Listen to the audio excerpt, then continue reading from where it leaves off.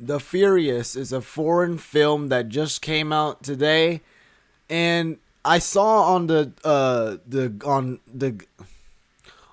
internet that it has 100% Rotten Tomatoes. Usually, I don't give a rip about what critics say, especially Rotten Tomatoes. These are the same people that give She-Hulk and Miss Marvel like a high score when those two were.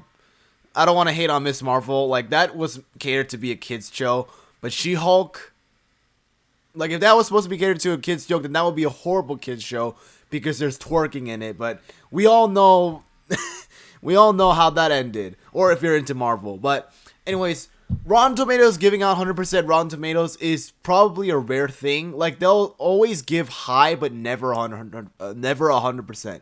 I don't know why I'm stuttering today. Anyways, I just finished it, and does it deserve a high score like that? I don't think so.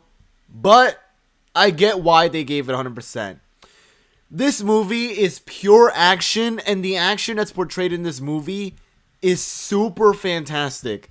There are so many scenes where it feels like the martial arts are just very unreal, and it's not like that messy camera well, there are some scenes where it feels like kind of like a messy camera where they'll just like kind of shake it, but you don't really see like the action, but you can tell there's like fighting going on. There are a lot of moments where you can see it fluid, and some of the action that they portray here, it's just nuts. Like I could never expect someone could pull off this kind of stunt.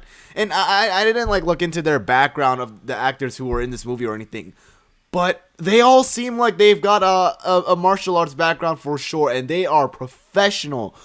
Either that or I don't know. I don't know what they did, but I was just shocked. I had a good time watching this film. With that being said, I think the story is where it kind of lacks. Like, I wouldn't say it was, like, the best. It was a good story. I think it stays strong for, like, the first hour and a half-ish. I think the last act is a bit weak. I've already kind of glazed the action, but I also want to compliment how it feels like for this movie, it's like they combine John Wick and Wolverine and just meshed him into a person who is deaf. That's the main character here. So basically, this movie is about a girl. She gets kidnapped, and her father is going to save her. He is like immortal. This guy can take punches and hits like no one else has ever have gotten, and then could get up easily. Like this guy he's got like Wolverine healing factor or something. And early in the movie, it's established that he has a head injury.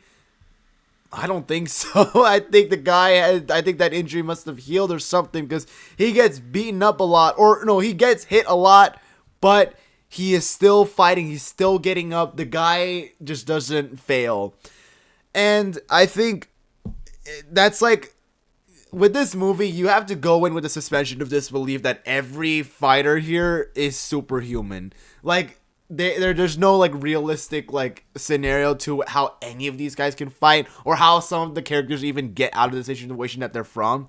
So I think this movie is just to show and like flex like what kind of action scenes they can give, and they cooked. I think the action in this movie was one of the best like martial arts movies I've ever seen. I'm not someone who's watched a lot of martial arts movies. Like I don't watch like Ip Man or freaking Karate Kid or Bruce Lee.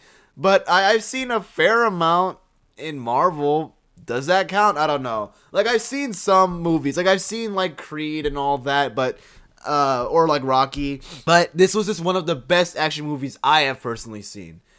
But I don't think it's, like, I don't think it's, like, the best movie I've seen yet, and I just don't think it deserves the 100%. Maybe, like, a 90%. I think the 10% is gone because of how the story kind of gets weak.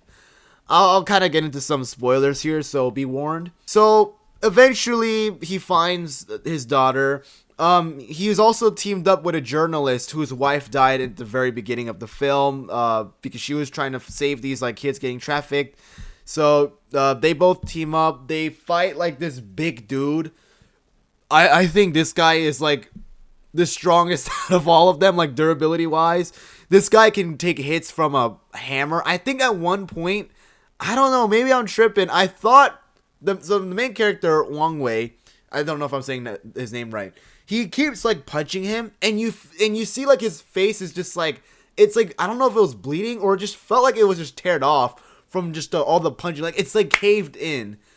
But then at near the end of the movie, he comes back and he fights like 3 characters at once.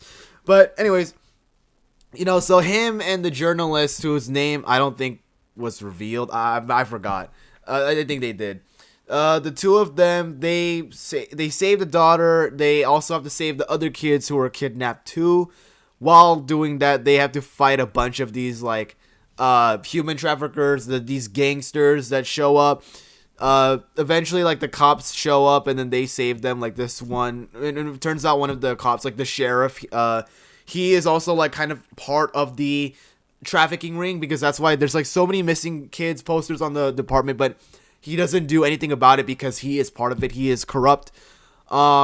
He dies, and this is where the story gets weak. So earlier on, we get the introduction of the overarching villain. He is like the big man, and he's also like a really formidable fighter. Him and this like quiet archer dude who's like deadly, silent but deadly. They're introduced. You don't get much attention from them until the very end. So after like Wong Wei and the journalist, they save the day. And like they gotta serve some time for like killing some people when trying to save the kids.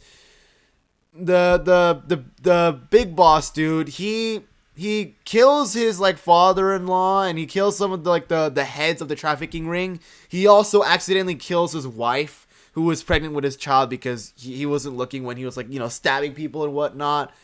And that gets him on like a savage rampage. He's trying to kill the Wong Wei because he's not deaf, he's mute. I'm stupid. Sorry, he's mute.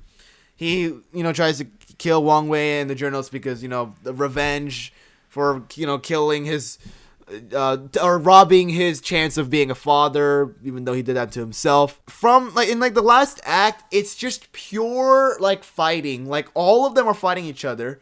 So like Wong Wei and journalists, they're the same team, of course. They're fighting the archer guy and the big boss. And then the big brute that they fought early in the film comes back. He's like revived, and his father, who was also like one of the heads of the trafficking ring, I think, he gets killed by the big boss and the archer. So he wants revenge. So not only, so now he's like kind of like, third teaming. He's fighting the archer and the boss while also fighting Wong Wei and the journalist. It's just constant fighting. Like there's not a single break in this film. Like you just gotta keep, being at the edge of your seat, wondering what happens. It's like, I get it. Like they introduced them earlier in the film, so they gotta fit them in somehow. But I just feel like the last act was just rushed.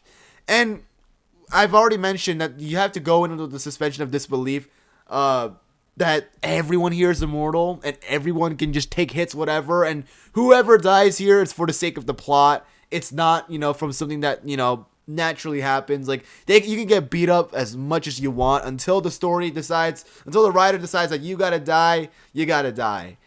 And eventually at the end, so one of the cops, the female cop that was helping them, she miraculously survived after all the other cops, they got killed by the archer dude when they were ambushed.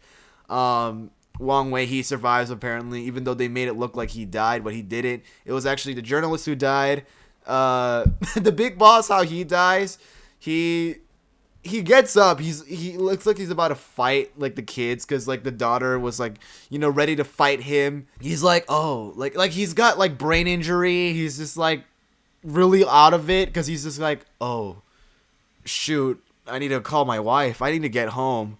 And he just like walks away, and then he faints, and then he dies. Which, another thing I really liked about this movie, the girl who gets kidnapped, she's not just like a helpless being like for the whole movie. She has a role too, where even though she's not the best at kung fu, she does try and escape, and she successfully does in a way, until like the father has to come and save her. Like I like how they don't make her just a damsel in distress. Like they give her some moments too where she can shine.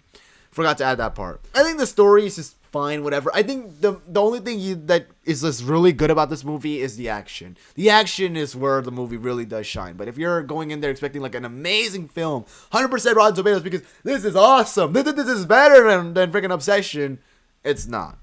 But it's still enjoyable.